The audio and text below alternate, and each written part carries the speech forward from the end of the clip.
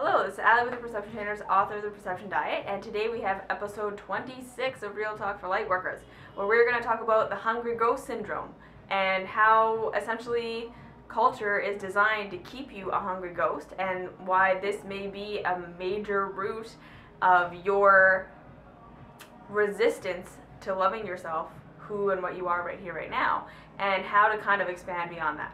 Alright, so recently, my family and I, we spent the last year of our lives over in Asia, and so apart from our culture, apart from our home, apart from where we come from, and right, and you know, the other thing too is like we definitely live a semi alternative lifestyle in that we don't watch TV, so we don't watch commercials, we don't have ads, we don't listen to music and music videos, and like we really don't have the same exposure to culture that I think the average person does living in the kind of like westernized parts of the world, or just kind of people who participate in media in a way that I think that my family, we just don't. And so where I'm going with this is that we have spent a lot of time outside of the bubble of media and culture, I think in a way that's pretty different or radical than how most people live. And so the point of what I'm trying to say here is that I think that within myself, I can lose contact and I can lose context for what other people are experiencing, because, right, we all do that. We all kind of get into our own bubble and start to have this sense that what I'm experiencing is what everybody's experiencing. And so I know that I preach a lot about loving yourself where you are and loving yourself as you are right here, right now, and I do practice that in my own life, and I think that in a lot of ways what I'm saying is valuable and is still what I believe and still what I would want you to do. However, in returning home to Canada, which is what we did a few weeks ago, we were kind of put back into that bubble that we had been out of for quite a period of time, right? Where,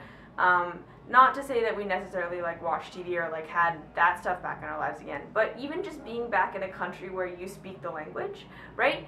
You walk through a mall, you go on a bus, you listen, like there's radio, there's stuff going on, and you can understand what's being said, right? I feel like I even just like discounted the fact that being in Asia, a lot of the time I just don't even understand the language that's being spoken, and so if I'm being advertised to, I'm not aware that that's happening because I can't understand what's being said, right? And so going back to Canada and coming back into this Western world and spending time with people who live in this world and live in this culture and have this as a part of their day-to-day lives, I was reminded of how entrenched in the culture, right? This idea that you are not good enough and that it is actually going to be detrimental to you to accept and love yourself for who and what you are right now, because you're not good enough and there is something wrong with you and that there is something that you need to be doing to fix yourself, okay? And what I realized is that, you know, this culture that we live in, right, especially in the westernized world, which at this point it's spreading everywhere. Like, it's not to say that like going to Asia these things don't exist. Like I say, I think a lot of it is just because I don't understand the language, and when the advertisements and the messages are being pumped out, I'm just not hearing them, I'm not receiving them, or like I say, we've made choices to not watch TV, to not listen to the radio, to not kind of really take in culture the way that I think most people generally do. I just realized that being back in Canada and being back in this westernized culture, which is spreading everywhere, and so that's kind of what I was trying to say there, is that it's not to say that there's really any place on the world right now that's like super sacred and not taking on this Western capitalistic view. I think there are places definitely that are not quite so bad, but it's kind of everywhere, right? But this westernized capitalistic view that says, you know, that really feeds on this Freudian idea that there is something fundamentally wrong with you. And we are going to use capitalism, right, as a, and well, we are going to mix this Freudian idea that there is something fundamentally wrong with you with this idea that we can sell you stuff based on that idea, right? That we can continue to pump out this fear-based idea that there's something wrong with the way that you are, that you're not enough, right? That you're not thin enough, you're not pretty enough, you're not rich enough, you're not smart enough, you're not hipster enough, you're not alternative enough, you're not, right? All of these things. I just realized that being back in this culture and like really participating in it again for a little bit, that this message is so pervasive and it's literally everywhere. It's in everything. It's like you can't walk down the street, you can't leave your house, you can't turn on the TV, you can't turn on the radio without hearing something about how you feel is wrong, and don't worry, we have a medication for that, or what you're thinking is wrong, and don't worry, you know, just watch TV, we can numb it out. And I was even, you know, working with people who used to have body image issues and now say, you know, I don't really have an issue with my body anymore, but now I feel like I'm just like a failure in my business, or I'm not a success in this way, I'm not. It's like we just trade areas of our lives where we feel like we're not good enough. Even if we feel like we kind of conquer one, it seems like it just spills over into another area, right? It's just like this constant rat race for this belief that we are fundamentally lacking, and this belief that if we're not striving to fix that fundamental lack, like if you're not going out there trying to fix it, right, trying to do something about what's wrong with you, that is the biggest failure, right? That is a huge failure. That to let go of trying to become better and trying to become fitter and trying to become healthier and trying to become smarter and trying to become more successful and trying to become more even like philanthropic, like it's literally everywhere. That if you're not out there trying to become more, trying to become better, working hard, that there's something really, really wrong with that, right? And that is the worst abandonment of culture that you could possibly do. That is the worst rebellion, and that it will absolutely lead to destruction, right? And I think that we as a society need to realize that this is what has taken place. And I don't necessarily believe that there's some like governing body of people that are trying to like fuck with the humanity. I think just what happened was it was just like this perfect cocktail of Freudian psychology, which is right based in this idea that there's something fundamentally wrong with you, that there are emotions you should not be experiencing, there are thoughts you should not be having, there are experiences you shouldn't be having, that there's a right and a wrong way to be, and that, you know, you have this animalistic nature that if not controlled, you will run amok and destroy your life, and you need something outside of you to govern you and to control you in order to make a society work, right? And if you don't know what I'm talking about, I highly recommend you watch the documentary Century of the Self to just get up to speed on this, right?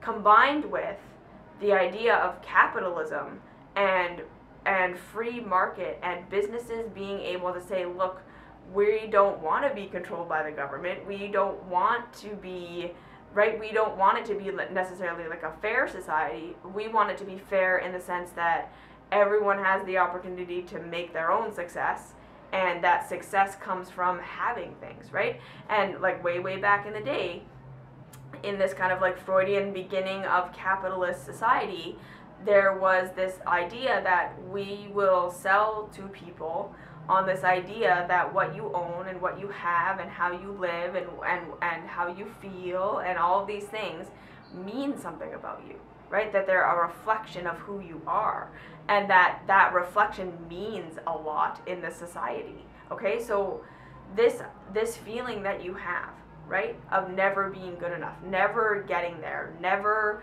being whatever it is that you feel like you need to be, and even when you accomplish the thing you need to accomplish, there's just another goal, there's just another thing on the horizon, that's like, okay, well, that, like, there's the next thing that makes me not good enough. There's the next thing that I need to accomplish. There's the next thing that I need to buy, right? And like I say, I even think that so many of us think we're kind of out of that if we're like, well, I don't need brand names. I don't feel like right? Like, I'm an alternative person. I don't shop at the malls. I don't watch TV. I don't do these things. But what I'm saying is, like, if you still feel like you're fundamentally lacking, right? If you still feel like there's still something fundamentally not right about you, and when you feel sad, that's wrong. That when you feel angry, you shouldn't feel angry. That when you are maybe not as mature as you wish that you were, right? That means there's something bad about you, right? Like, I think that we've even scapegoated all this stuff into our spiritual lives, right?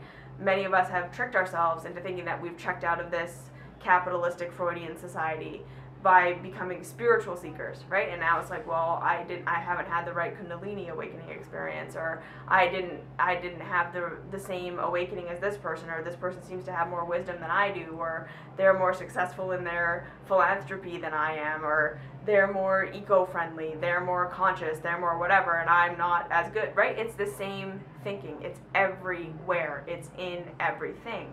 And like I say, like, we even just looking out at the society and watching people argue over which practice of yoga is better than another, which way of meditating is more, legitimate than another, or which,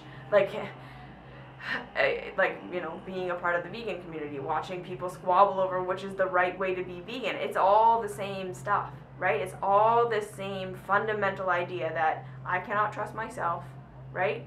I need something outside of myself to make me good enough. I need a structure outside of myself to tell me whether I'm doing good or bad, right or wrong, whether I'm measuring up or failing, and to constantly be seeing yourself as not measuring up, because that's how the culture continues, right? Like, we need to understand that at this point, the way that capitalism continues to run is on this idea that you don't have enough, right? That it's the next thing that's going to get you what you want to feel, right?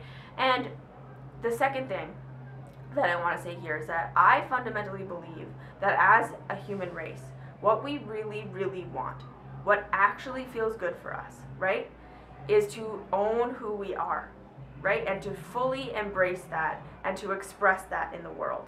And that's really what we're looking for. We, we're all in this culture, and I think a lot of us would agree that the part of the reason we're constantly seeking for all this stuff, whether it be the right outfit or the right trip or the right, the right lifestyle, the right yoga posture, the right whatever it is that we're looking for, right? That if we really kind of question that and break that down, like, why do I want that? Why do I want that? Why do I want that? We truly believe that, like, it's gonna make me special. It's gonna make me valuable. It's gonna make me unique. It's gonna make me that special thing that I need to be so that I am lovable, right? So we have these kind of what we perceive to be right now in our current culture and our current consciousness level is this need to be unique that's being warred with this need to be loved, right? But the reason that war exists is not because there's actually something fundamental in true reality that juxtaposes expression of the self and evolution and being a unique individual with being loved. It's just that because we live in this fear-based society that tells us that to be loved, you must be the same. You must be homogenous. We must all be having the same experience in order to love one another, in order to understand one another, in order to connect with one another. We have to be the same, right? So what we're doing is we're using capitalism and culture as a way of saying, look, I can be unique in that I choose Coke over Pepsi, so that I'm unique, but I'm not so unique that I'm not drinking soda like everybody else, right? Like, we're all drinking soda, but I'm choosing Pepsi over Coca-Cola, and that makes me unique within the structure. And so what I'm trying to say here is that essentially you need to realize that the thing that's actually going to make you feel good is to be your unique self.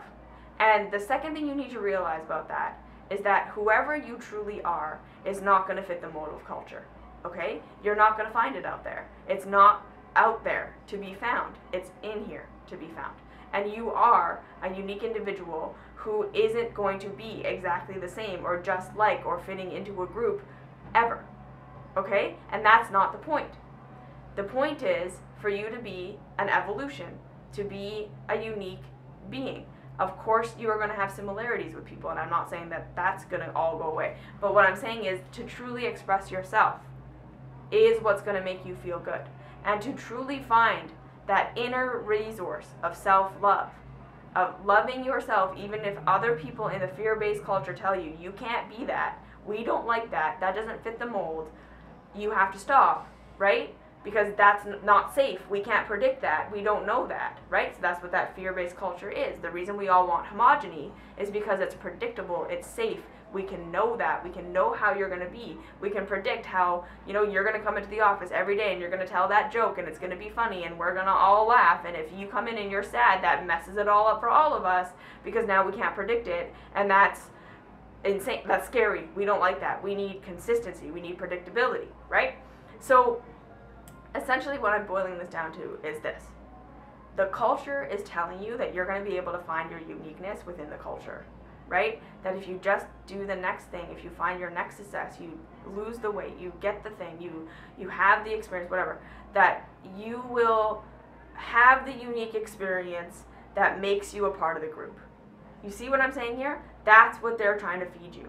And it's an impossible loop that you'll never get out of. That's what makes you the hungry ghost. Because no matter what you achieve, no matter what you get, no matter where you go, so long as it's within this context of I'm trying to be what I think I should be so that the culture will love and accept me, it's not going to be genuinely who you are. It's not going to be fully who you are. It's not going to be everything that you are. There's going to be sacrifices. Because the ultimate truth of who you are is that you are not the same as anyone. You don't fit nicely into any box. And that's what I've learned about myself, right? That's what I feel gave me the permission to start to truly love and accept myself for how I really am, because I'm not a spiritual teacher. I'm not a vegan. I'm not a raw foodist. I don't fit into any of these boxes. I'm not a yogi. Like I don't fit nicely into any box, right? I still have negative emotions. I still have thoughts. I just do a lot of things that that make me not fit anywhere. And I was looking for a long time for that group that I could finally be a part of, and was rejecting aspects of myself that weren't a part of whatever group I was trying to be a part of at that time. And I realized that at the end of the day, the truth is that's hungry ghost. That is, just because I fancied myself to be out of it, I wasn't, right? I didn't wear brand names and I didn't have a car and I didn't blah, blah, blah. But like I said, I was looking for the group that was going to accept me and that I was going to be the same as. So when I finally just let that go and I just said, I'm not going to be a hungry ghost anymore. I'm not going to look outside for approval. And I'm going to break my cultural, covenant of constantly trying to improve myself and just go on this journey of wanting to know who I was. And that it's not, I'm never going to get there. I'm never going to arrive. I'm never going to, be fully authentic. It's like this journey of being authentic. It's this journey of finding myself. It's this journey of letting go of this fear of being rejected for who I am and learning to love who I am myself that actually did it, right? So you're never going to fit into the box. You're never going to fit into society. Society is never going to be able to give you what you want. You're going to be a hungry ghost forever so long as you're looking for uniqueness within the culture, right?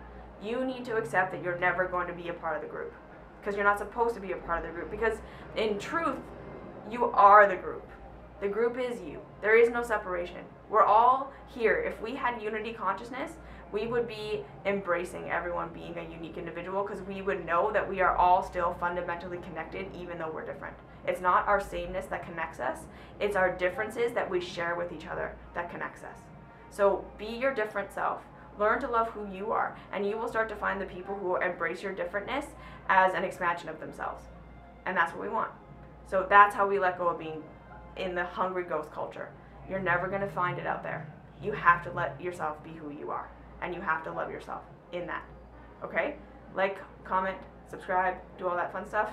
Find me on Facebook, Instagram, and all that. and look at my Emotional Mastery series. And I'll see you in the next video.